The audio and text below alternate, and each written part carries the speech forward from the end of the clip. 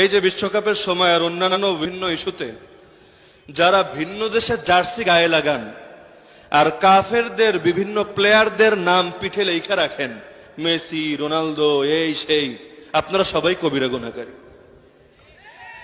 কারণ এটাও কাফেরদের প্রতি মহাব্বত এবং আজমত প্রকাশ, যেটা ইসলাম হারাম করে দিয়েছে।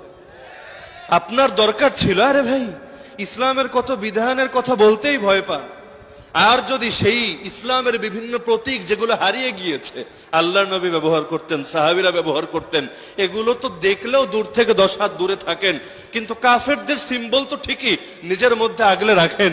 ইসলামের পতাকা শব্দটা শুনলেও আজকাল কেমন জঙ্গিবাদ জঙ্গিবাদ ফ্লেভার আপনি অনুভব করেন, অথচ কাফের দেশের পতাকাগুলো বিশ্বকাপের সময় নিজের ছাদে তো ঠিকই উঁচিয়ে রাখেন। কোন মুখে নিজের আদর্শ মুসলমান দাবি করেন আপনি?